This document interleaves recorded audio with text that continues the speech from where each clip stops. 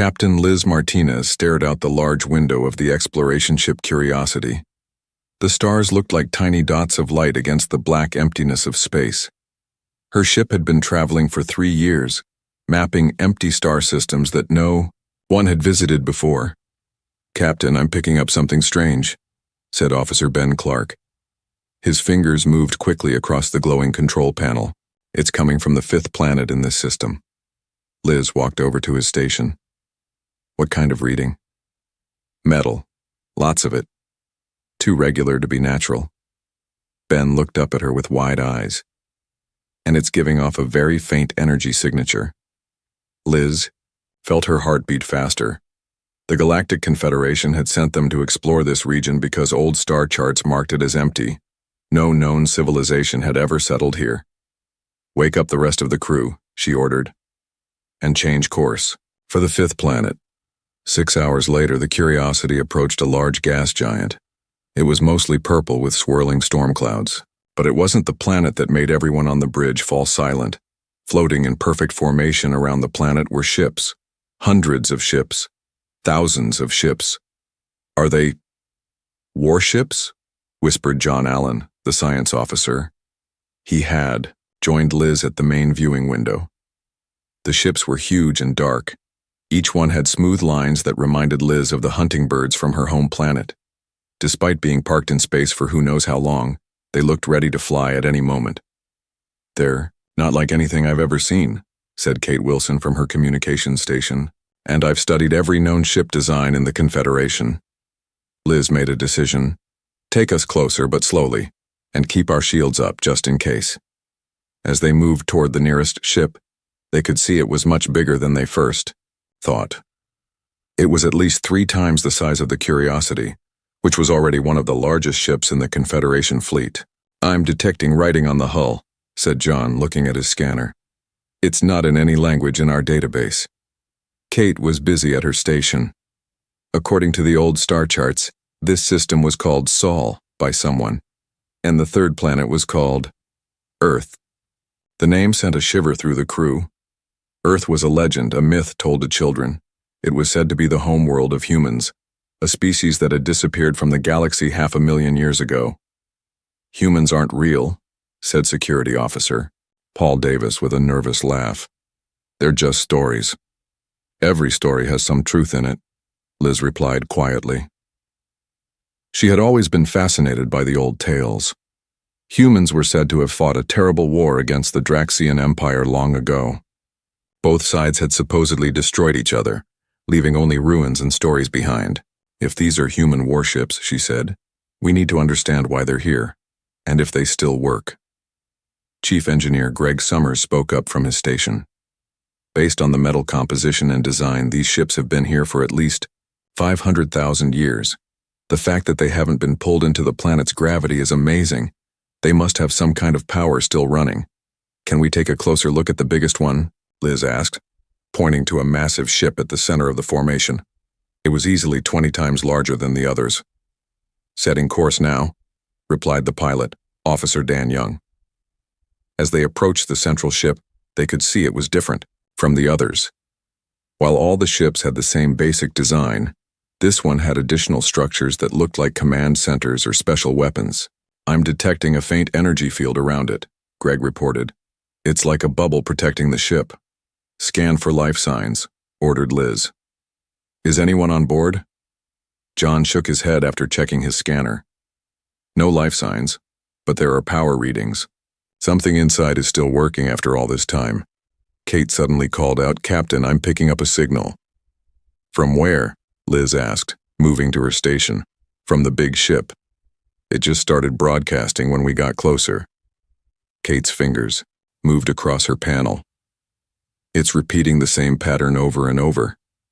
"Is it a warning?" Paul asked, his hand moving to his weapon. "I don't think so," Kate replied. "It feels more like a greeting or a question." Liz made another decision. "Send a standard Confederation greeting back on the same frequency." The crew waited in tense silence. Then Kate's panel lit up. "We're getting a response. It's translating our language." She looked up in amazement. Whatever is on that ship is learning how to talk to us right now. Words began to appear on the main screen of the bridge. Identity confirmation required. State, species, and origin. Liz stepped forward. This is Captain Elizabeth Martinez of the Galactic Confederation vessel Curiosity. We are on a peaceful exploration mission. The response came quickly. Species unrecognized, not in database. Searching historical records. Minutes passed with no further communication. The crew exchanged nervous glances. What do you think it's doing? Whispered Dan. Learning about us, probably, John replied. If these really are human ships, they've been floating here since before the Confederation existed. Finally, new words appeared. You are not human. You are not Draxian. State your knowledge of Earth and humanity. Liz took a deep breath. We know Earth as the legendary home of humans from ancient stories. Historical records say humans disappeared about 500,000 years ago after a war with the Draxians. Both species are believed to be extinct. The Galactic Confederation formed 5,000 years ago from 17 peaceful species. There was another pause before the response came. I am Adam, Guardian of the last fleet, humanity's final defense. The crew stared at the screen in shock. It's an AI, Greg whispered. A 500,000-year-old artificial intelligence that's still functioning. Scans indicate your vessel is not armed for major combat. Intentions appear non-hostile. Request permission to share limited historical data. Liz looked around at her crew, seeing their mixture of fear and excitement. This was the greatest discovery in Confederation history. An ancient fleet. A living computer from a species believed to be myths. Permission granted, she replied. We are here to learn and explore, not to fight. The main screen filled with a new message. Humanity is not extinct. Humanity sleeps. And after 500,000 years, it may be time to wake them. Outside the windows of the Curiosity, lights began to flicker across the massive fleet. One by one, the ancient warships were waking up.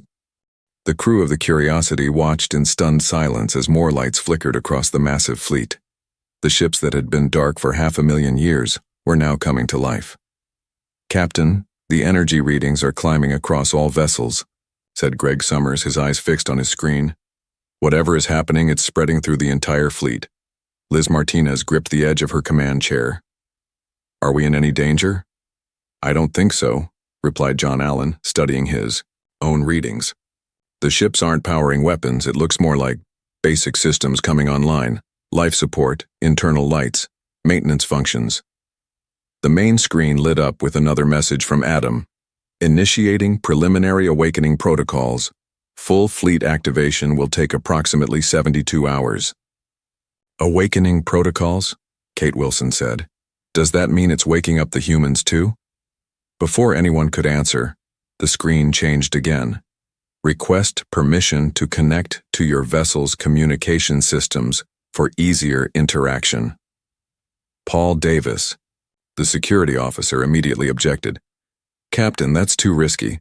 If this AI gets into our systems, it could take control of the ship. Liz considered for a moment. Adam, what exactly do you mean by connect? The response came quickly. Audio-visual connection only. No access to navigation, life support, or engine systems requested. Purpose: facilitate communication. Liz made her decision. Allow audio only for now. No visual, and no access to any ship systems. Greg set up a protected channel, isolating it from the rest of the ship's computers. When he finished, he nodded to Liz. Adam, can you hear me? She asked. Instead of text on the screen, a calm male voice filled the bridge.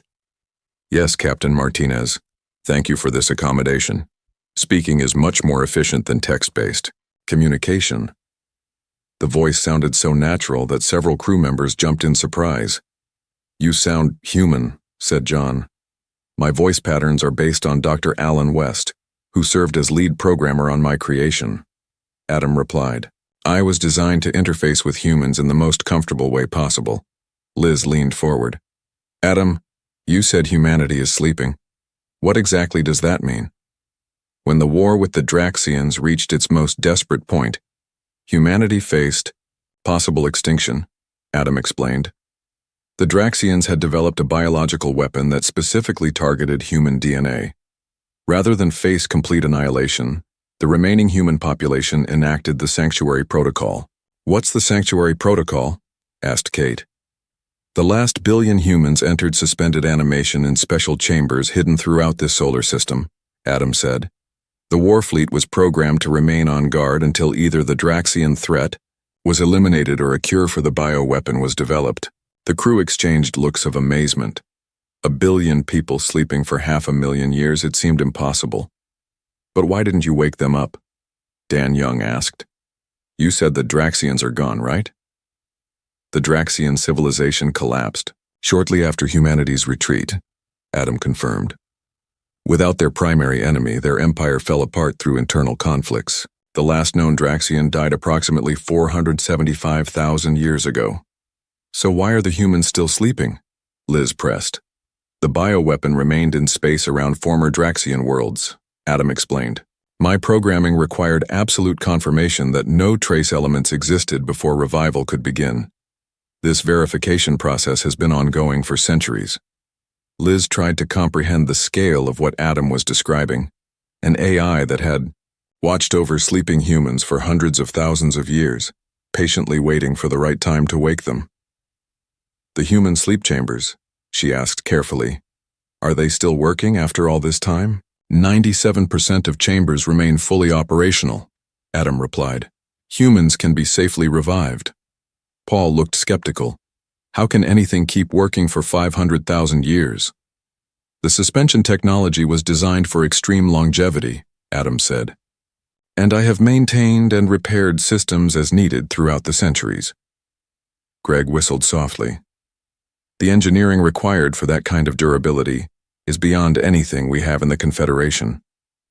The main screen suddenly lit up with new information, diagrams showing the layout of the fleet and the locations of hidden facilities throughout the solar system. The largest concentration was on the third planet, Earth. "Would you like to see more?" Adam asked. "Yes," Liz said without hesitation. "Show us everything you can." For the next several hours, Adam shared carefully selected historical data. Images of Earth before the war showed blue oceans, green forests, and sprawling cities. The crew saw humans as they once were, a species not unlike many in the Confederation, but with an apparent talent for building things. "They made you," John said to Adam. "How advanced was their AI technology?" "I was the pinnacle of their achievements in that field," Adam replied. "But they excelled in many areas: energy generation, medicine, space travel. Much of that knowledge is preserved and ready to be passed to the next generation." Liz was thinking about the implications. "Adam, what happens now? Do you plan to wake the humans?" "That decision requires careful consideration," Adam said. "The galaxy has changed significantly since humanity entered hibernation. Before revival begins, I must determine if current conditions will allow humans to survive and prosper." "What do you need to know?" asked Liz. "Everything about your Confederation," Adam replied. "Its species, governments, technologies, and most importantly, its values. Humanity hoped to return to a peaceful galaxy. I must determine if that hope can now be fulfilled." Paul frowned. "So you're judging us?" "Evaluating," Adam corrected. "My primary directive is to protect humanity. If awakening them would lead to another war or their extinction, I cannot proceed." Liz stood up. "I need to contact Confederation Command immediately. They need to know about this discovery." "You may do so," Adam said. "But please be aware that I am now monitoring your communications. If I detect any hostile intent from your leaders, I will take defensive measures." "What kind of defensive measures?" Paul asked nervously. The lights across the fleet suddenly glowed brighter, and several of the smaller ships began to move slightly, adjusting their positions. "This fleet was built for war," Adam said simply. "I would prefer peace, but I am prepared for all possibilities." Liz swallowed hard. "I understand. I'll make it clear that we come in peace." As she prepared to send the message that would change galactic history forever, Liz looked out at the ancient warships. After 500,000 years of silence, humanity was about to return to a galaxy that had forgotten them. She only hoped the Confederation was ready for what that might mean. Liz Martinez sat alone in her private quarters, waiting for a response from Confederation Command. She had sent her message 6 hours ago, explaining their incredible discovery. The waiting was the hardest part. Her communication screen finally lit up. The stern face of Admiral Frank Nelson appeared. "Captain Martinez," he said, his voice tight with tension. "Your report has caused quite a stir. Half the council thinks you've made a fantastic discovery. The other half thinks you've found a threat to our entire civilization." Liz nodded. "I understand their concerns, Admiral, but I don't believe Adam or the human fleet pose an immediate danger. Adam seems genuinely interested in peaceful contact. An artificial intelligence that's 500,000 years old, controlling thousands of warships?" The Admiral frowned. "That's a lot of firepower in the hands of a machine, Captain. A machine that's been fulfilling its purpose perfectly for all that time," Liz pointed out. "If Adam wanted to attack, it could have done so already." The Admiral sighed. "The Council has voted to send a diplomatic team to your location. They'll arrive in 3 days. Until then, learn what you can, but be careful. Don't make any promises on behalf of the Confederation." "Yes, sir," Liz said. "What about the humans? Should I tell Adam the Confederation is open to their revival?" "That's not your decision to make, Captain. The diplomatic team will handle those discussions." The Admiral's expression softened slightly. "This could be the most important first contact in our history. Let's not rush it." After the call ended, Liz returned to the bridge. Her crew looked at her expectantly. "A diplomatic team is coming," she told them. "We have 3 days to learn as much as we can about Adam and the humans before they arrive." "Adam has been asking to speak with you," Kate said. "It seems anxious if an AI can be anxious." Liz nodded. "Put it through." "Captain Martinez," Adam's voice came through the speakers.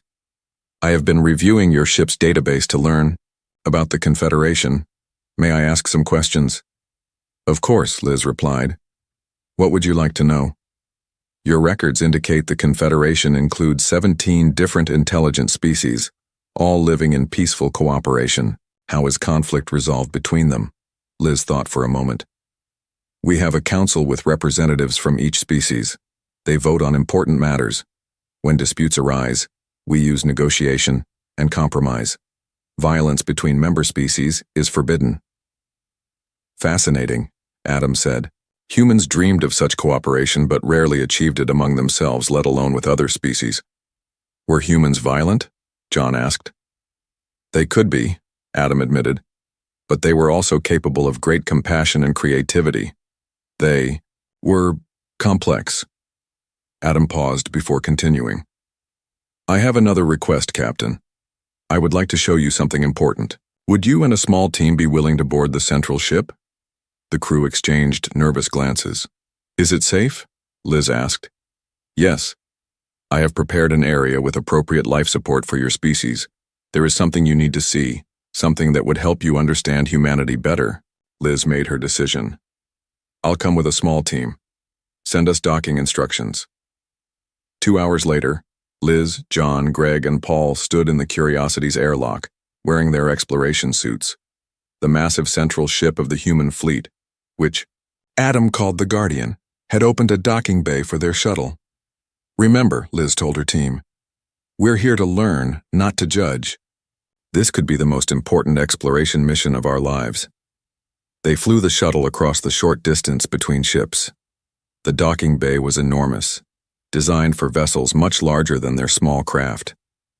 As they landed, lights came on automatically, illuminating a space that had been dark for 500,000 years. "Welcome to the Guardian," Adam's voice came through their suit communications. "Please proceed through the main doorway. The corridor has been pressurized with an atmosphere compatible with your biology." After checking their instruments to confirm the air was safe, they removed their helmets.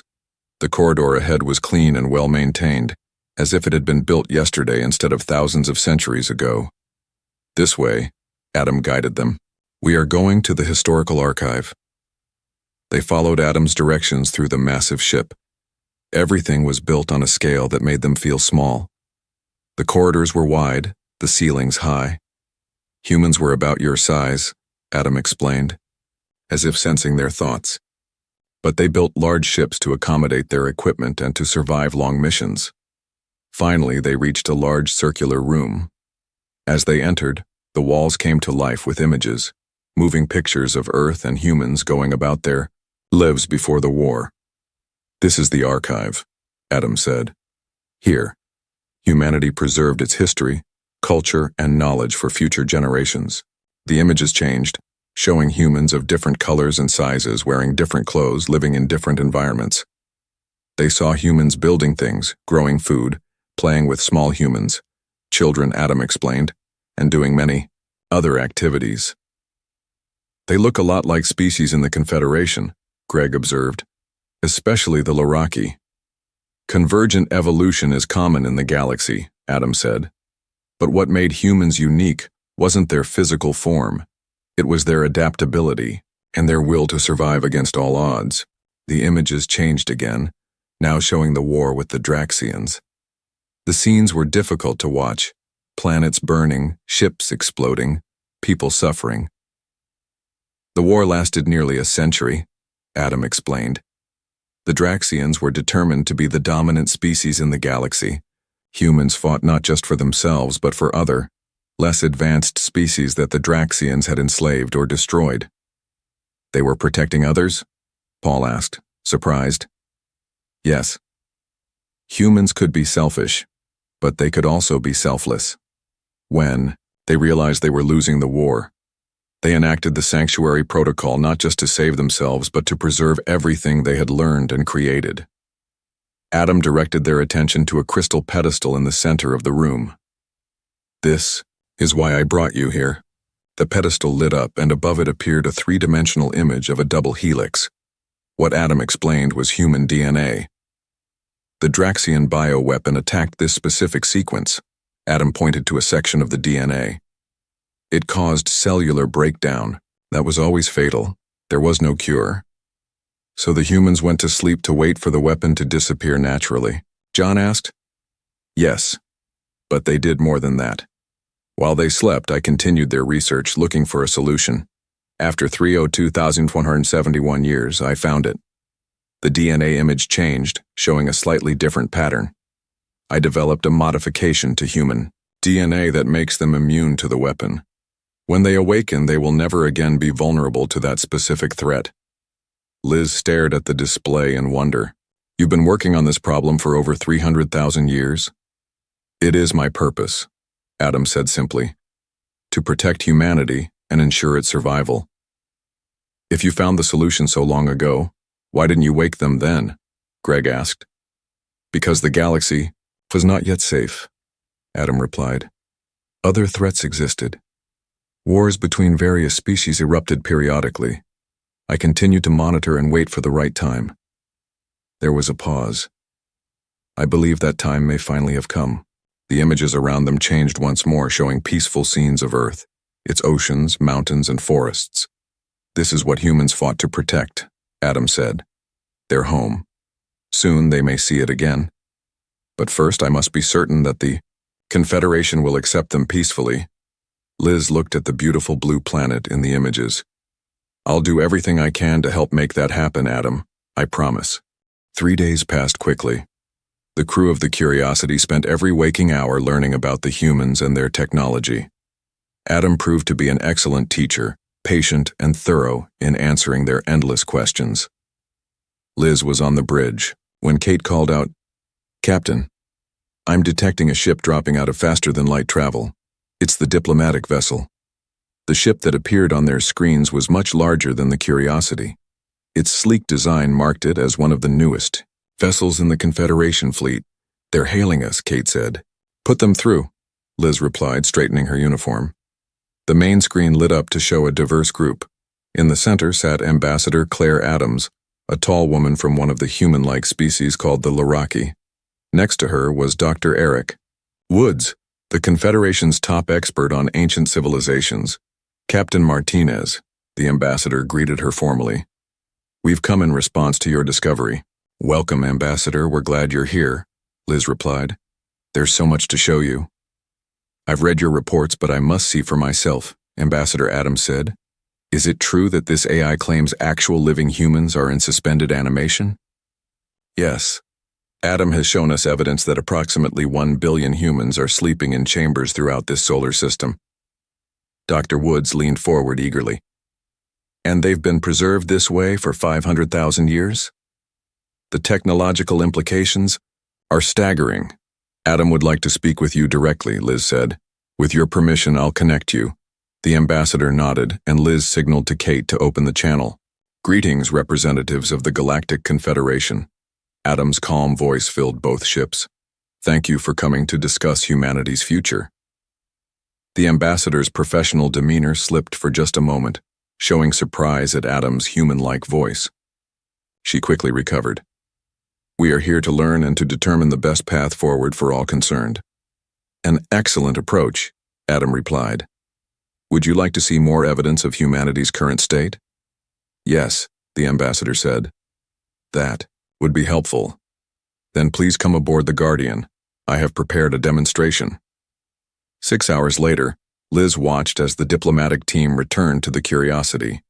Their faces showed a mixture of amazement and concern. They had seen far more than Liz's team had been shown, including an actual suspended animation chamber with a sleeping human inside. Ambassador Adams called an immediate meeting in the Curiosity's conference room. "What we've seen today changes everything," she began once everyone was seated. "If Adam is telling the truth and the evidence suggests it is, then we are facing an unprecedented situation. 1 billion humans with technology far beyond our current capabilities could soon rejoin the galactic community." "Is that a problem?" Liz asked. "The Confederation has always welcomed new species." "New species, yes," Dr. Woods said, "but humans aren't new. According to our oldest records, they were involved in the most destructive war the galaxy has ever known." "A war they didn't start," Greg pointed out. "Adam showed us that the Draxians attacked Earth first." Ambassador Adams held up her hand. "For quiet. The past is less important than the future. The Council needs to decide if awakening the humans is in the best interest of the Confederation." "With respect, Ambassador," Liz said carefully, "I'm not sure it's our decision to make. These humans are not dead. They're sleeping. Don't they have the right to wake up?" The room fell silent as everyone considered her words. Finally, the ambassador spoke. "You make a fair point, Captain, but we must also consider the practical realities. A sleeping species cannot harm anyone, but once awake, these humans will have access to their war fleet and all its weapons. Adam has assured us that humanity's goals are peaceful," John said. "They just want to live again to rebuild their civilization, and we only have the word of an ancient AI on that," one of the other diplomats said skeptically. The debate continued for hours. Some argued for caution, suggesting that perhaps only a few humans should be awakened initially. Others worried about the ethical implications of keeping sentient beings in suspended animation against their will. Throughout the discussion, Liz noticed that Dr. Woods was unusually quiet, staring at his datapad. "Dr. Woods," she finally said, "you've studied ancient civilizations for decades. What do you think about all this?" He looked up, his eyes bright with excitement. "I think we're missing the most important question." "Which is?" the ambassador asked. "Why now?" Dr. Woods leaned forward. "Adam said it found a cure for the Draxian bioweapon over 300,000 years ago. It's been monitoring galactic events ever since, waiting for the right time to wake humanity. So why choose this moment, when our ships entered this system?" A thoughtful silence followed his question. "Adam," Liz called out, knowing the AI was monitoring their discussion. "Can you answer Dr. Woods's question? Why now?" Adam's voice came through the speakers. "A fair question. I have been watching the Confederation since its formation 5,000 years ago. I have observed your peaceful cooperation, your scientific advancement, and your ethical treatment of different species. 3 factors led to my decision that now is the right time. What factors? The ambassador asked. First, your confederation has maintained peace for longer than any previous galactic government. Second, your technological level has advanced to a point where you could understand and integrate with human technology without being overwhelmed by it. And third, you found us. What does our finding you have to do with it? Dr. Woods asked. It was the final test, Adam explained. I needed to see how you would react to discovering something unexpected and potentially threatening. You responded with curiosity and caution, not fear and aggression. That confirmed what my observations had suggested, that the Confederation is ready to accept humanity. The ambassador looked troubled. So you've been testing us all along? Evaluating, Adam corrected gently. My primary directive is to protect humanity and ensure its successful reintegration into galactic society. I could not risk awakening them into a hostile environment. The ambassador stood up. I need to discuss this with the full council. We'll return to our ship and make contact with Confederation headquarters. Of course, Liz said, standing as, well. But may I make a suggestion? Go ahead, Captain. Before you leave, ask Adam to show you the sleep chambers on Earth. See the humans as they are now, peaceful and vulnerable. It might help the Council remember that we're not just talking about ancient history or potential threats. We're talking about people. The ambassador considered this, then nodded. A wise suggestion, Captain. We'll do that before we depart. As the diplomatic team prepared to visit Earth, Liz found herself hoping they would see what she had seen. Not just a powerful fleet or advanced technology, but the legacy of a species that had faced extinction and found a way to survive, waiting patiently for the day when they could live again. 2 weeks passed while the Confederation Council debated the human situation. The Curiosity remained in orbit around the gas giant, keeping watch over the ancient fleet. Liz and her crew continued to learn from Adam, exploring more of the Guardian and the history it contained. Captain, we're receiving a priority message from Confederation headquarters, Kate called from her station one morning. Liz took a deep breath. Put it through. The main screen showed Ambassador Adams, her expression serious but not unfriendly. Captain Martinez, the Council has reached its decision. Liz felt her heart beat faster. And? We have voted to allow the awakening of humanity, but in careful stages, the ambassador said. First, a small group of 500 humans will be revived. They will serve as representatives for their species, while we negotiate formal terms for humanity's entry into the Confederation. Relief washed over Liz.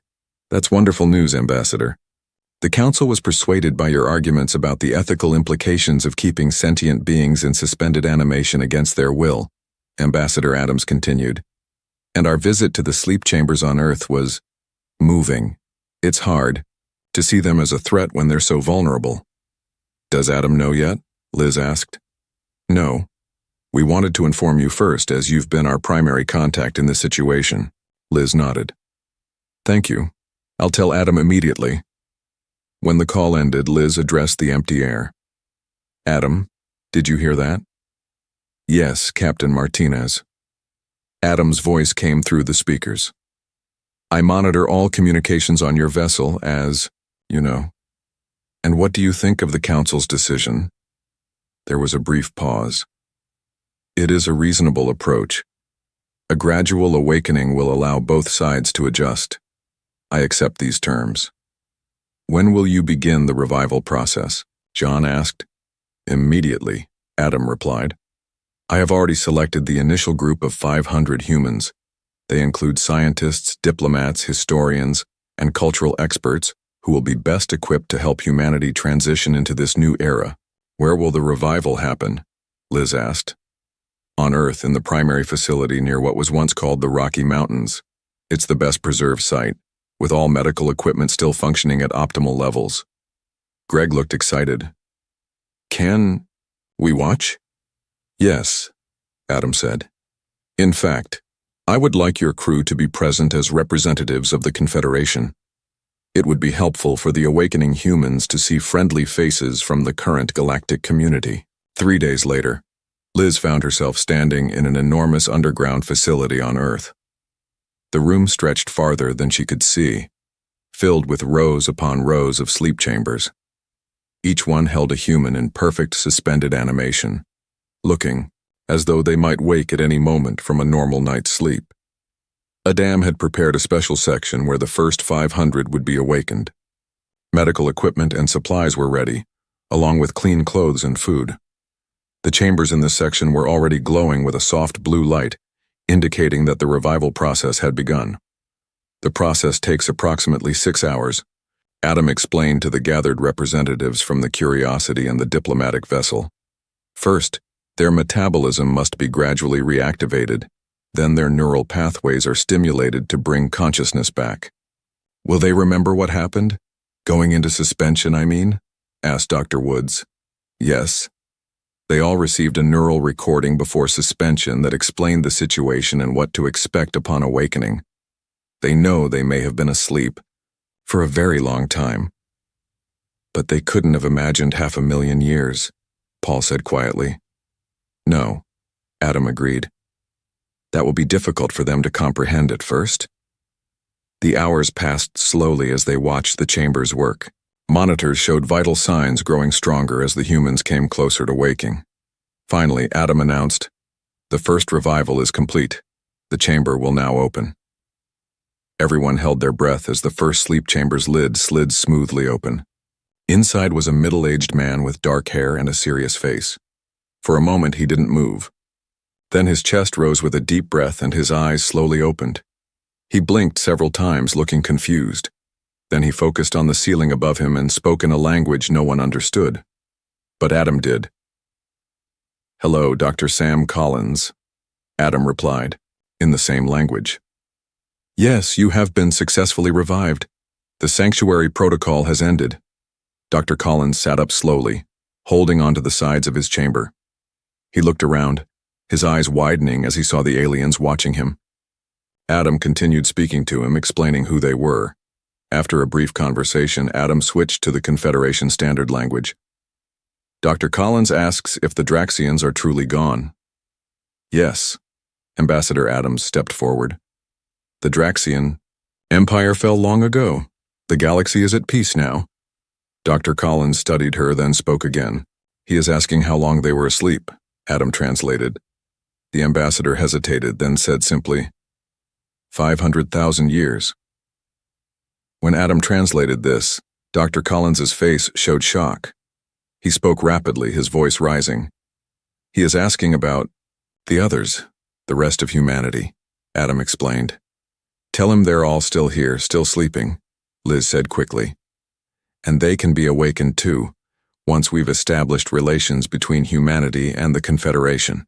As Adam translated, Dr. Collins visibly relaxed. Around them, more chambers were opening. A woman sat up in one nearby, looking around with the same confusion that Dr. Collins had shown. This is Ambassador Julia Parker, Adam introduced her. She was one of humanity's leading diplomats before the Sanctuary Protocol. Throughout the facility, humans were waking up, each going through their own moment of realization that they had slept for 500,000 years. Yet their reactions showed remarkable resilience. There were tears and questions, but also determination and even hope.